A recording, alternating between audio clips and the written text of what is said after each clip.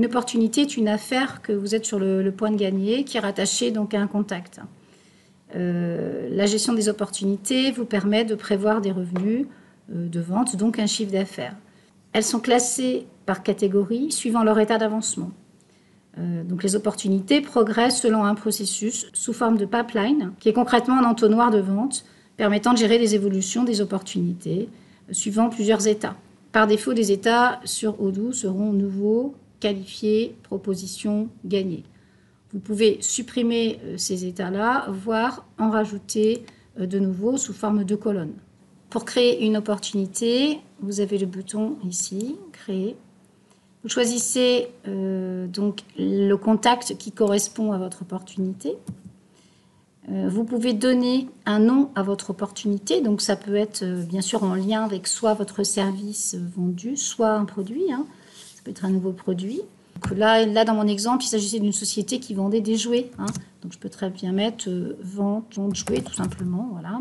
Vous avez donc les coordonnées du contact. Et ce qui est intéressant là, voilà, c'est quels sont les revenus espérés en lien avec votre opportunité. Donc on n'est pas au niveau devis à ce niveau-là, on est en amont du devis. Donc, si par exemple on pense qu'on peut avoir 1 200 € de vente possible avec ce client-là sur une vente de jouets, par exemple, eh bien on met le montant.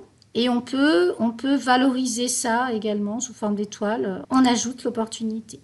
Si vous voulez voir un petit peu plus le détail de cette opportunité, voilà, donc ici, vous pouvez modifier l'opportunité.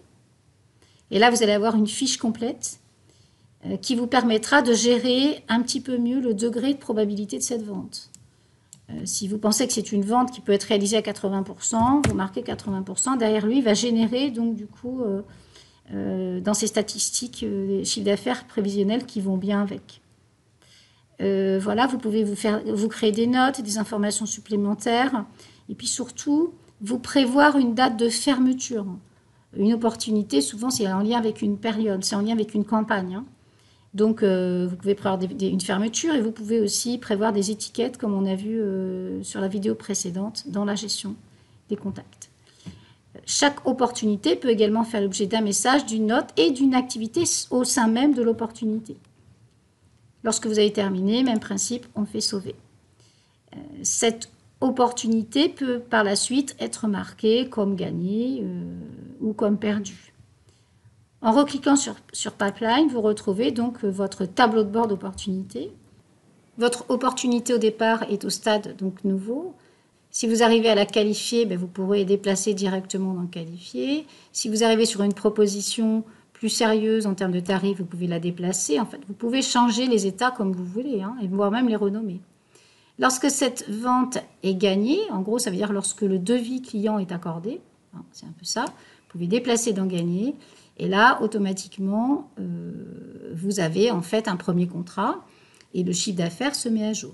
Donc, ce qui est intéressant ici, c'est quoi? C'est de suivre vos prévisions de vente et de pouvoir actionner des leviers si vous constatez qu'une opportunité reste un petit peu au même stade.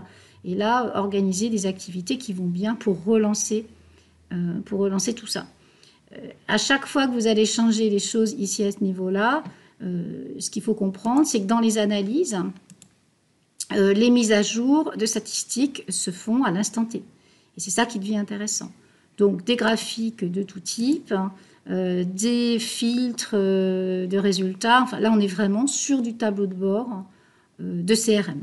Vous avez une vue en lien avec des mesures liées au chiffre d'affaires. Voilà, avec tout un tas de filtres par rapport à votre taux de probabilité, les dates de clôture s'il y en a eu, etc. Et par mois. Voilà.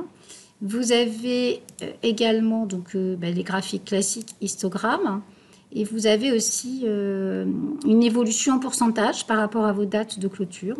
Et puis la liste des opportunités, comme on avait vu un petit peu avec les contacts ou les activités, où là, vous pouvez voir pour chaque opportunité et les dernières activités qui ont pu être réalisées avec les échéances.